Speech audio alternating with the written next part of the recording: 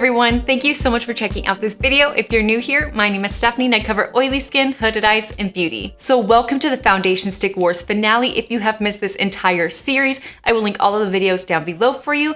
But to catch you guys up, I did go ahead and test out 6 drugstore foundation sticks for your oily skin, and I tested them with primer and without. So before we get started, I just wanted to let you guys know that whenever I was researching the foundation sticks for this oily face, I made sure that I got foundation sticks that were meant for oily skin. So meaning they were matte, they were oil-free, oil-absorbing, they were non-comedogenic, water-resistant, transfer-proof, smudge-proof, and if you guys are familiar with the series that I did, you know which ones are the best and which ones are the worst, and you know how much I struggled to get these to work. Okay, so let's get started with the ones that I rated the worst. Now, out of all of the foundation sticks that I tried out, I do not recommend 4 of them. And that's gonna be the Juvia's Place Foundation Stick, the Milani Conceal and Perfect Foundation Stick, the Revlon Photo Ready Insta-Stick, and then, surprisingly, the Maybelline Fit Me Shine Free and Balance Foundation Stick. So I am grouping these 4 together because they pretty much gave me the exact same results upon application all throughout the 10-hour wear test. I noticed whenever I was applying these foundations, they just made my skin look so textured and dry as well, which is really weird because this oily face has 0 dry patches. Like, there's nothing dry on my face. So I'm not exactly sure how that happened. And of course, you guys know I tried it with and without primer. And I also tried using a brush. I tried using a damp sponge, but nothing was working. So I also feel like the foundation just kind of sat on the skin. It didn't really like sink in, and I wasn't really able to blend it well.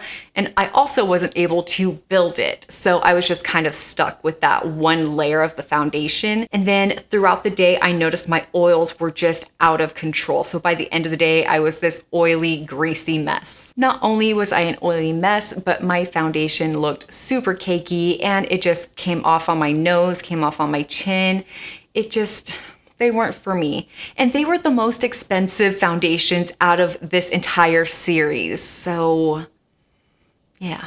Alrighty, now let's talk about the 2 that I do recommend. That is going to be the Makeup Revolution Fast Base Foundation Stick and the Wet n Wild Photo Focus Foundation Stick. But let's go ahead and talk about this one first. So I did find that this works better without primer. I just feel like this and the primer didn't really mix well together. Like, it didn't sit on top of it right. So I feel like it looks so much better without. And I also really like applying this with a damp sponge because a little goes such a long way. And I learned that the hard way. So using a damp sponge just kind of like soaks up some of that foundation just a little bit and gives more of like a natural look. Also, this can only handle just a little bit of setting powder, so just set anything that you need to. So some of my favorite things about this foundation is it gives a full coverage. There is no need to build. It really just cancels out everything, and it gives a glowy finish. Not only that, but it also fills in my fine lines and my pores, and it just really smooths out my skin. It is truly so beautiful. But this foundation really only lasts about 6 to 7 hours, but really, who needs their makeup to last that long? All you need to do is just touch up, and it's just perfect. It is so beautiful. Now for the last one, which is the Wet n Wild Photo Focus Foundation Stick. I'm not surprised that I love this. I love their liquid version of this. I love their setting powder and their setting spray. I think Wet n Wild is just doing truly an amazing job. Now, unlike the other foundation sticks, this actually works really well with and without primer. So not once did it show any texture anywhere or any dryness. I do really like to use a damp sponge with this because I kind of feel like it gives more of that like dewy, like natural look.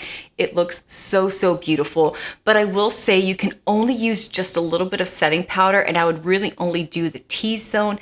The chin area I tried and it kind of looked cakey, but honestly, when I tried not using setting powder in the chin area, it actually looked beautiful. It didn't need it, so yeah, just a little bit. And just like the Makeup Revolution, my favorite things about this is that it does give that full coverage. There is no need to build on this. It will cover everything. And it gives a beautiful glow, and I just love that it smooths everything out. It fills in my fine lines and my pores. And just like all the others, this really only lasts about 6 to 7 hours, but again, just touch up and you'll be golden. Okay, so those are these 6 foundations that I have reviewed for your oily skin, and of course the end of this series. Please let me know down in the comments below what you would like to see from me. What oily skin series would you like to see next? Let me know down in the comments below. And if you like this video, please hit that thumbs up and subscribe for more content just like this. And yeah, thank you guys so much. Bye.